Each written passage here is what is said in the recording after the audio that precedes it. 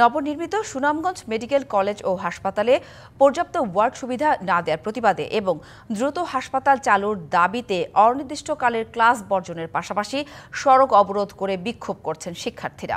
এর আগে গতকালও একই দাবিতে ক্লাস বর্জন করে মানববন্ধন করেন তারা। দাবি পূরণ না হওয়ায় সকাল 9:30 থেকে মেডিকেল কলেজের সামনে সিলেট সুনামগঞ্জ সড়কের মদনপুর এলাকায় সড়ক অবরোধ করেন তারা। এতে সুনামগঞ্জ সিলেট মহাসড়কের উভয় পাশে কয়েক কিলোমিটার যানজটের সৃষ্টি হয়েছে। এদিকে শিক্ষার্থীদের দাবির সাথে একাত্মতা জানিয়ে কর্মসূচিতে যোগ দিয়েছেন স্থানীয়রাও। ঘটনাস্থলে গেছে পুলিশ, আছেন শান্তিগঞ্জ উপজেলার ইউনো সুকান্ত সাহা। এ বিষয়ে বিস্তারিত জানাতে আমাদের সাথে যুক্ত হয়েছেন সহকর্মী সাইদুর রহমান আসাদ। আসাদ, ইতিমধ্যে তো শিক্ষার্থীদের দাবির সাথে একাত্মতা প্রকাশ করে যোগ দিয়েছেন স্থানীয়রাও, আছেন প্রশাসনও।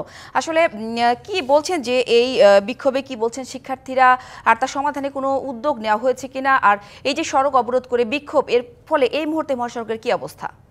কালার এক্সপার্ট, জর্জ স্যাপ এবং মাইল্ড অন হ্যান্ডস টেকনোলজি সমৃদ্ধ অরিক্স ক্রিস্টাল ওয়াশ আপনার জেলা প্রশাসক ডক্টর মোহাম্মদ ইলিয়াস মিয়া, পুলিশ সুপার তুফাইল আহমেদ সহ অনেকেই এসেছেন এবং শিক্ষার্থীদের সঙ্গে আলাপ করতে তারা আহ্বান করেছেন। ইতিমধ্যে শিক্ষার্থীদের একটি অংশ এবং জেলা প্রশাসক সহ কলেজ প্রশাসনের ঊর্ধ্বতন কর্তৃপক্ষ আলোচনা চলছে কলেজের ভিতরে, এবং শিক্ষার্থীদের অপর একটি অংশ মহাসড়কে অবস্থান নিয়েছেন এবং এর ফলে মহাসড়কের যে তীব্র যানজট তৈরি হয়েছে আপনি যেটি বলছিলেন, তবে মহাসড়কের একদিকে আসলে সামান্য যানবাহন চলাচল করতে দিয়েছে শিক্ষার্থীরা। আসলে কেন আজকের এই কর্মসূচি আমরা একজন শিক্ষার্থীর কাছেই জানতে চাইবো। আমরা যদি আপনার কাছে জানতে চাই, আপনারা গতকাল থেকে কেন এই কর্মসূচি দিয়েছেন? আমাদের দাবিটা হচ্ছে, আমাদের এই যে হসপিটাল চালু হচ্ছে না, তাহলে আমাদের প্র্যাকটিক্যাল যে নলেজটা আমরা কোথা থেকে অ্যাকোয়ার করব। আমরা কালকে কলেজ প্রিন্সিপাল প্রশাসনের কাছে আমরা চাইছিলাম যে আমাদের যাতে সপ্তাহে 6 দিন ওয়ার্ডের ব্যবস্থা করে দেয়, কিন্তু স্যার বলছে যে সপ্তাহে মাত্র 2 দিন ওয়ার্ডের ব্যবস্থা করবে, তাও 2 ঘন্টা করে। এজন্য আমরা আজকে কর্মসূচি ঘোষণা করেছিলাম যে সুনামগঞ্জ সিলেট হাইওয়ে যে রাস্তাটা ওইটা, সেই প্রেক্ষিতে আজকে রাস্তায় এসেছে আমাদের দাবি নিয়ে।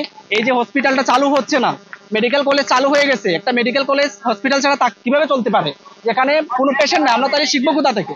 এবং আমাদের সাথে একাত্মতা পোষণ করে এলাকার মানুষ তাদের নিজেদের সচেতনতা বুঝতে পেরে তারাও আমাদের সাথে ধন্যবাদ আপনাকে। আসলে জানার সাথে যেমনটি বলছিলেন, তাদের পর্যাপ্ত ওয়ার্ড সুবিধা, সেই ওয়ার্ড সুবিধার চালুর দাবিতে এবং মেডিকেল কলেজ চালুর দাবিতে আজকের তাদের এই কর্মসূচি।